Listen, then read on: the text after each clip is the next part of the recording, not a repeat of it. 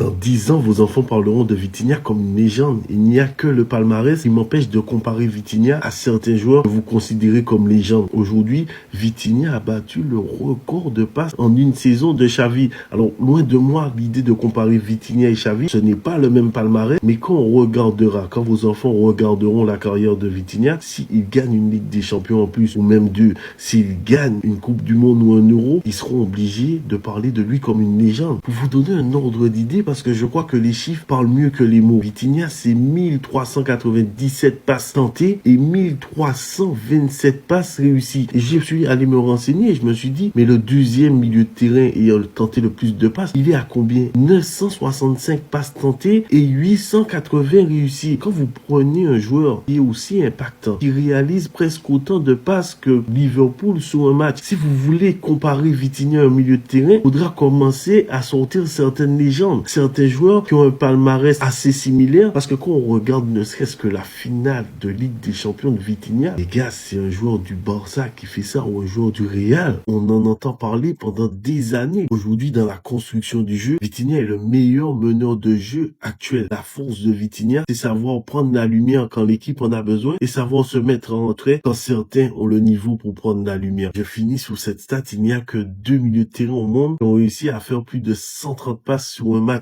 d'élimination directe en Ligue des Champions tous les 10 dernières années. Et le premier, c'est Vitinha face à Aston Villa l'année dernière. Et le deuxième, c'est Vitinha face à Liverpool. Respectez Vitinha.